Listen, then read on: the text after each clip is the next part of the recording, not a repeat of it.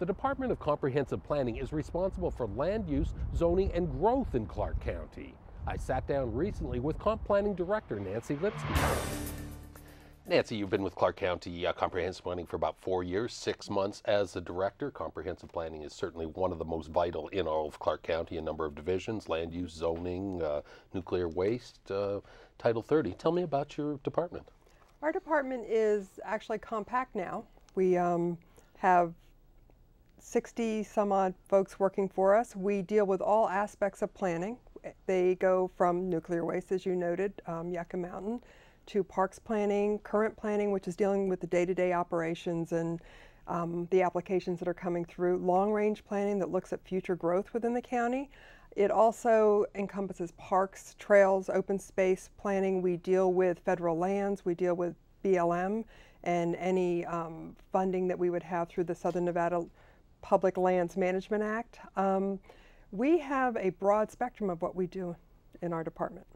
It's, as I say, a vital department. Obviously, with our growth slowing down a little bit more, I suppose you could even say that it's even more important to plan properly now. We, in a way, with the breaks going on in development, we're able to look at where we want to go, where the commission wants us to go, what would be best for the county. We can actually look at our codes, make sure that they're succinct and they're fair, and we're looking at all aspects of planning, whether it be the land use, whether it be parks, whether it be what we would like to see in the future.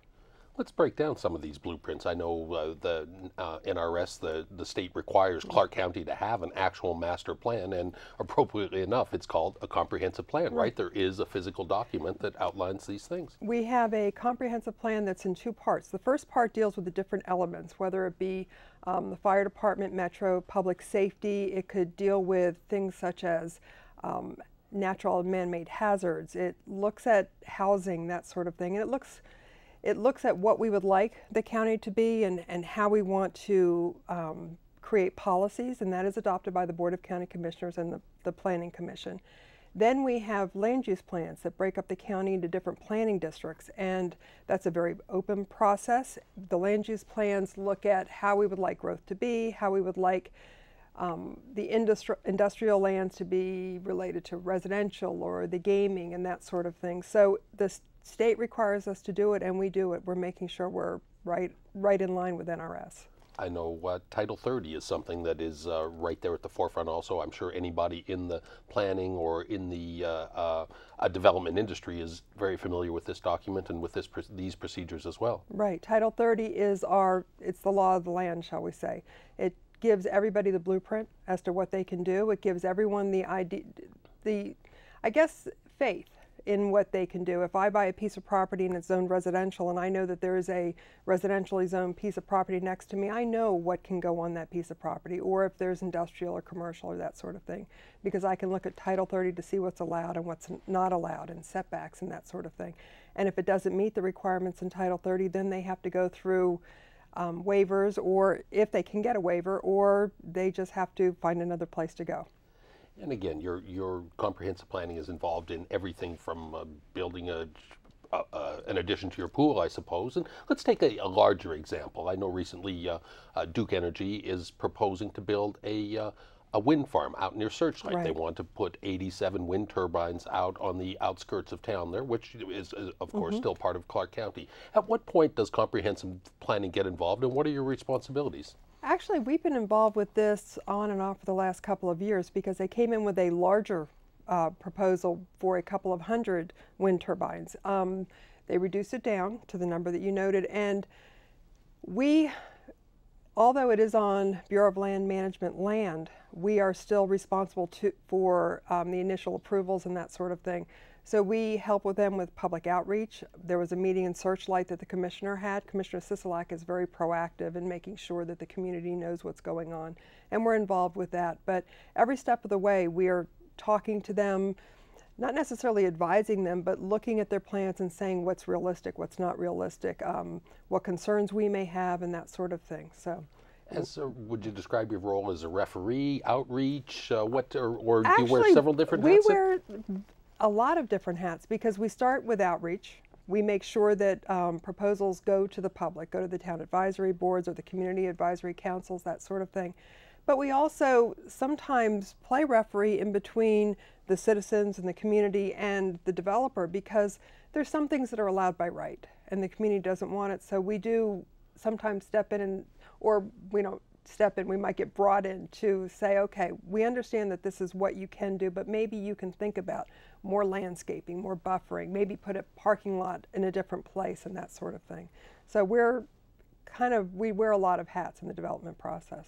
You touched on the town advisory boards, citizens advisory councils. There's 11, I believe, of those Yes, in Clark County. So you must work, that's kind of the zoning or kind of the initial use right at the grassroots level, right? And what is your involvement, what is your relationship with TABs and CACs? We forward everything to them. We do have a staff member that goes out to most of them to answer questions and that sort of thing. But they are independent of us. They are they are appointed by the commissioners, and we just make sure that they have the information they need, is what we do. If we have code changes and that sort of thing, we go out and we go over them with them. We also use them as information gathering instruments, because we had, for instance, we had changes that were going on in the rural area. We wanted to be able to provide them with the ability to do different things. So you go out to the town boards and you go out to the public out there, because we're different in the valley than they are out in the rural areas, and vice versa. So we have to make sure that we understand what the community wants and what they don't want.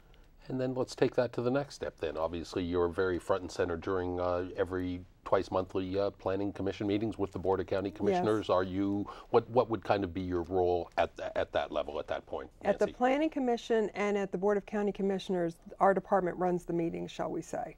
We make sure everything gets explained, introduced. We are the ones that produce the reports. So we're involved in them intimately. We do brief the planning commissioners, and we also brief the Board of County Commissioners on all of the applications in their district, or ones that are important. For instance, the Strip, even though it might not be in everyone's district, we do brief them on it, because the Strip is very important to the county. So. And finally, let's talk about a couple specific things. Nuclear waste oversight has been in your bailiwick probably since 1985, since the Board of County Commissioners passed a resolution opposing the construction of Yucca Mountain. But at the same time, your staff has been there every step of the way since that time. What is your role now that it appears that the funding for Yucca Mountain is going away? Right now, we're doing a lessons learned. The staff is working with consultants and trying to come up with a document that explains, this is where we went right, this is where we went wrong, this is what we feel that we did that was appropriate, and this is how we conducted ourselves. So we're working on a lessons learned, kind of closing out this aspect of our life, shall we say. So the staff that's working with nuclear waste, they're wonderful staff. They understand that the budget is limited, and they are working diligently to make sure that all the questions are answered and the document is complete. And let's just back up for a second. What was kind of your role, say, 2 years ago, 4 years ago, 6 years ago, and in nuclear waste? We were answering everything, every document, everything that was submitted by the Department of Energy. We were answering. We were making sure our consultants were looking at it. We had experts that were looking at the documents to make sure that all the information that was being provided to the Nuclear Regulatory Commission was correct. So we were following suit, shall we say. Irene Navis, who was in charge of that program, she's testified, she's gone to Washington, she does meet a lot with the various components, shall we say, the various agencies and that sort of thing. And she's still doing that, because it's dead, but it might not be dead. You never know, you know. Sure, sure. And finally, parks, open spaces, and trails. People love, especially our urban trails are starting to become much more significant, and you see the footprint of them crisscrossing through the valley, and not just in Clark County. What does comprehensive planning do regarding our urban trails?